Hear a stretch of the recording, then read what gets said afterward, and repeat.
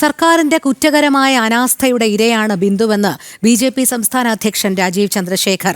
വീണ George കൊലപാതകിയാണെന്ന് Shobha സുരേന്ദ്രനും ആരോഗ്യവകുപ്പിന് കപ്പിത്താനില്ലെന്ന് മുൻ കേന്ദ്രമന്ത്രി വി. മുരളീധരനും പ്രതികരിച്ചു. ആരോഗ്യമന്ത്രി PR പണി മാത്രമാണ് ചെയ്യുന്നതെന്ന് വി.ഡി. സതീശനും സംഭവം ലഘൂകരിക്കാനും വെള്ളപൂശാനുമാണ് മന്ത്രിമാർ ശ്രമിച്ചതെന്ന് KPCC അധ്യക്ഷൻ സണ്ണി ജോസഫും പറഞ്ഞു. ആരോഗ്യമന്ത്രി വീണ ജോർജ് രാജിവെക്കണമെന്ന് മുസ്ലിം ലീഗ് ദേശീയ ജനറൽ സെക്രട്ടറി PK കുഞ്ഞാലിക്കുട്ടി ആവശ്യപ്പെട്ടു. ഇതൊരു സാധാരണ മരണമല്ല. ഇത് ഞാൻ പറഞ്ഞ പോലെ ആദ്യം ഒരു ക്രിമിനൽ നെഗ്ലിജൻസിൻ്റെ ഒരു കേസുമാണ്, കുറ്റകരമായ അനാസ്ഥേൻ്റെ ഒരു കേസാണ്.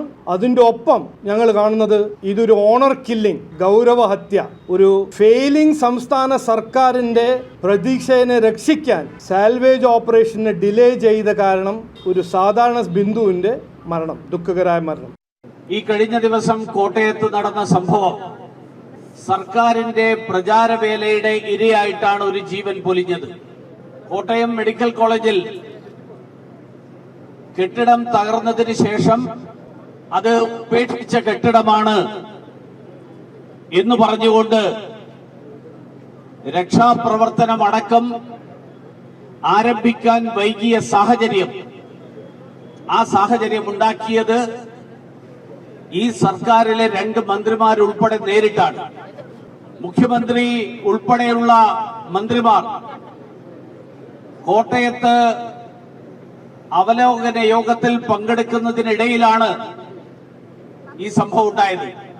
മുഖ്യമന്ത്രിയുടെ നേരിട്ട് ചുമതലയിലുള്ളതാണ് ഡിസാസ്റ്റർ മാനേജ്മെന്റ് അതോറിറ്റി. ഒരു മെഡിക്കൽ കോളേജിലെ കെട്ടിടം തകർന്നു കഴിഞ്ഞാൽ, ആ കെട്ടിടം തകർന്നു കഴിഞ്ഞാൽ തുടർ നടപടികൾ സ്വീകരിക്കേണ്ട ഡിസാസ്റ്റർ മാനേജ്മെന്റ് അതോറിറ്റിക്ക് നേതൃത്വം നൽകുന്ന ജില്ലാ കലക്ടർ, ആ ജില്ലാ കലക്ടർക്ക് സംഭവ സ്ഥലത്തെത്താൻ പോലും എത്ര താമസമുണ്ടായി എന്ന് നമ്മളെല്ലാവരും ഇന്നലെ അറിഞ്ഞതാണ്. ജീവിക്കാൻ സാഹചര്യമില്ലാത്ത പാവപ്പെട്ട മനുഷ്യരുടെ ഒരു പ്രതിനിധിയാണ് ഇന്ന് നമ്മെ വിട്ടുപിരിഞ്ഞിട്ടുള്ള ഈ സഹോദരി. ഇത് യഥാർത്ഥത്തിൽ നടന്ന ഒരു മരണമല്ല, ഇതൊരു കൊലപാതകമാണ്, ഇത് നരഹത്യയാണ്. നരഹത്യക്കെതിരെ മന്ത്രി വീണ ജോർജിന് പങ്കുണ്ട്. 1-ാം പ്രതി കൂട്ടുത്തരവാദിത്വം തദ്ദേശ സ്വയംഭരണ വകുപ്പ് മന്ത്രിക്കുണ്ട്. ശ്രീമാൻ വാസവൻ എപ്പോഴും പറയാറുണ്ട്, ഞാൻ ഉണ്ണുന്നതും ഉറങ്ങുന്നതും കിടക്കുന്നതും പാവപ്പെട്ടവരുടെ കൂടെയാണ്. എവിടെയാണ്? കോട്ടയം മെഡിക്കൽ കോളേജിൽ. അങ്ങനെയാണെങ്കിൽ എന്തുകൊണ്ടാണ് മന്ത്രി വാസവന് ഈ കാര്യത്തെക്കുറിച്ച് മനസ്സിലാക്കാൻ സാധിക്കാതിരുന്നത്? ഇവിടെ കൃത്യമായി കഴിഞ്ഞ എത്രയോ വർഷങ്ങളായിട്ട് 62,000 കോടി രൂപയിലധികം കഴിഞ്ഞ 4 വർഷം കൊണ്ട് ഈ കേരളത്തിൻ്റെ ഖജനാവിലേക്ക് ഇതുപോലെയുള്ള ആശുപത്രി സംവിധാനങ്ങൾക്ക് വേണ്ടി കേന്ദ്ര ഗവൺമെൻറ് കൊടുത്തിട്ടുണ്ട്. ആ കുടുംബത്തിൽ നിന്നൊരാൾക്കൊരു ജോലി കൊടുക്കാൻ സർക്കാർ തയ്യാറാണ്. ഇങ്ങനെയാണ് ഇനി, അതാണ് ആശ്വസിപ്പിക്കാൻ പറ്റുന്നത്. ആരോഗ്യമന്ത്രി ആ സ്ഥാനത്ത് തുടരാൻ യോഗ്യമല്ല. അവർ ഈ ആരോഗ്യ കേരളത്തെ, ഞങ്ങൾ പറഞ്ഞതുപോലെ ആരോഗ്യ കേരളത്തെ അവർ വെന്റിലേറ്ററിലാക്കി. അവരുടെ PR പ്രൊപ്പഗാൻഡ മാത്രമാണ് ഉള്ളത്. കേരളത്തിലെ മുഴുവൻ മെഡിക്കൽ കോളേജുകളിലും സർക്കാർ ആശുപത്രികളിലും ഇത് തന്നെയാണ് സ്ഥിതി. മരുന്നില്ല, നൂലില്ല, പഞ്ഞി പോലുമില്ല.